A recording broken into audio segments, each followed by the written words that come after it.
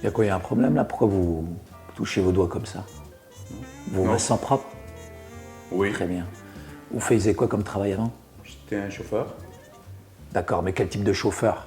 Il y a mille et une façons de servir en tant que chauffeur. C'est pour une compagnie de transport. D'accord. C'est quoi votre métier avant? Chauffeur. Vous êtes marié? Oui. Vous avez des enfants? Oui. Vous êtes marié?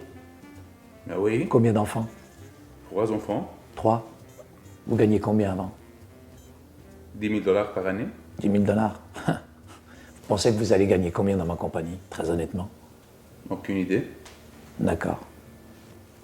Vous gagnez combien avant? J'ai dit c'est 10 000 $. Je suis pas sourd, j'ai entendu, hein. Pas la peine de vous énerver non plus. Oui, mais- C'était quoi votre métier au début? Mais je viens de dire.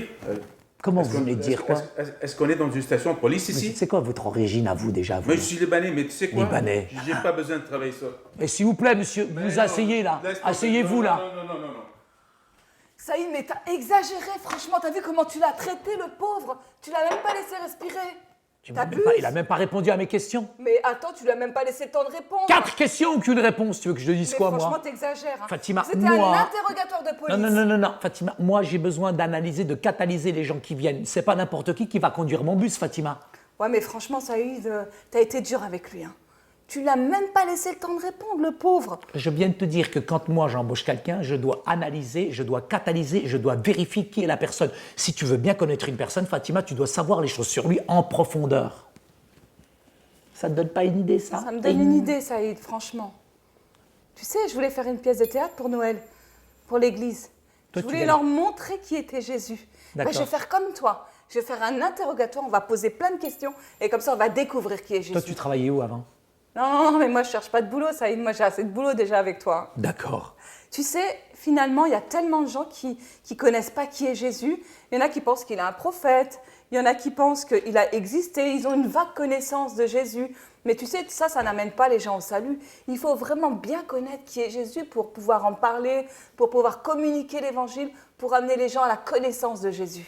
Il y a un grand souci, Fatima, tu sais, souvent à cause de notre arrière-plan culturel, traditionnel, religieux ou culturel, il y a un grand souci, c'est qu'on a une déformation, une compréhension des textes bibliques qui sont complètement erronés. Si tu veux connaître Jésus, simplement, il faut aller dans la Bible. Mais le gros problème, c'est que notre compréhension, qui est parfois faussée, nous essayons, nous, d'aligner nos pensées à ce que dit la Bible. Mais c'est plutôt l'inverse. Nous devons aligner nos pensées à la Bible, à la parole de Dieu, être en conformité avec les Saintes Écritures. À partir de là, tu sauras qui est véritablement Tu Jésus-Christ. sais, moi, je pense que pour vraiment connaître Jésus, la première chose qu'il faut faire, c'est qu'il faut prier. Mais pas prier dans le vague, il faut prier et étudier la parole de Dieu.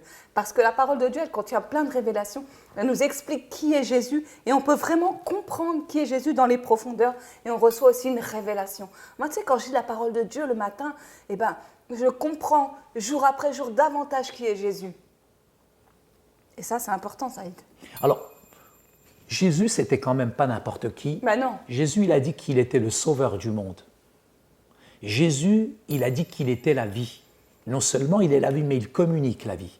Et si tu veux connaître véritablement Jésus, Jésus, il a dit aussi qu'il était le Messie promis. Est-ce qu'il était confus? Est-ce qu'il était menteur? Est-ce qu'il était un imposteur? Absolument pas.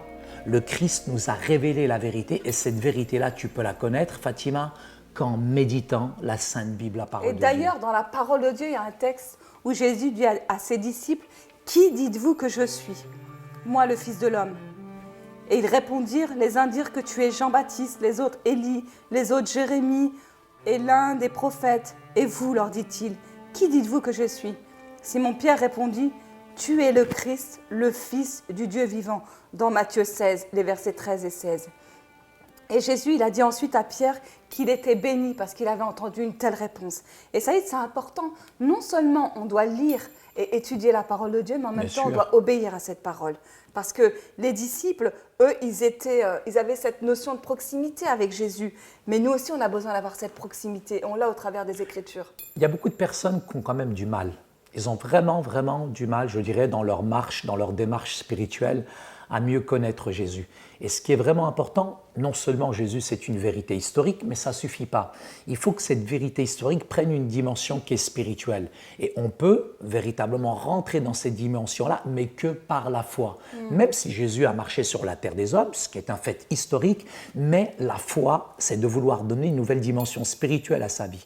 Beaucoup ne comprennent pas ça. C'est pour ça qu'il faut un cheminement, il faut un accompagnement spirituel avec toutes ces personnes-là. Ce que tu veux dire, Saïd, c'est qu'il ne faut pas prendre les choses à la légère. Absolument Comme pas. tu l'as fait tout à l'heure avec Eddie quand il est venu. Tu vois, une identité quand même, ça se vérifie quand même. Mais il était mal à l'aise, c'était un peu suspicieux C'est quand même. normal qu'il était mal à l'aise, tu as vu comment tu lui as parlé, Saïd. Je sais qu'il faut quand Mais même être maintenant, précis. je sais qui il est. Tu sais qui il est, mais bon, le pauvre, hein, il gagnait que 10 000 $, il a dit par année. Mskin, par mois, il a dit, pas par année. Non, il a dit par année, t'as mal compris. Ah, par année. Bah ouais, ça fait même pas 1000 $ par mois. Donc tu aurais dû le prendre, hein, on aurait bien gagné hein, sur lui. Tu crois que je vais pleurer aussi? Mais Saïd, je vais vraiment résumer tout ce qu'on a dit aujourd'hui. On a Résume. dit qu'on ne peut pas rester neutre au sujet de Jésus si on croit qu'il est Seigneur, comme il le dit, soit on croit qu'il est menteur ou alors fou. Qu'est-ce qu'on choisit de croire finalement? Mais qu'il n'est pas menteur, On et a qu'il la n'est pas fou. preuve historique que Jésus a existé comme la Bible rapporte. C'est à chaque personne d'étudier la Bible avec sagesse et discernement pour découvrir réellement et comprendre qui est Jésus. Aborder la Bible dans le but de prouver que vos croyances personnelles sont justes peut être un exercice dangereux et inutile. Même pour des sujets difficiles, nous devons nous approcher de la Bible avec assurance que ce qu'elle nous révèle est juste et correct et accepter avec humilité le défi de corriger ce que nous croyons avant. Et tu sais, Saïd, ce que j'ai envie de te dire? Oui. J'ai envie de te dire qu'on rappelle Eddie, franchement. Parce que ton attitude, elle n'a pas été super. Ah là, par contre, c'est toi qui Bonjour. feras l'interrogatoire. Je viens Bonjour, pour, monsieur. Très heureux. L'interview là, du boulot.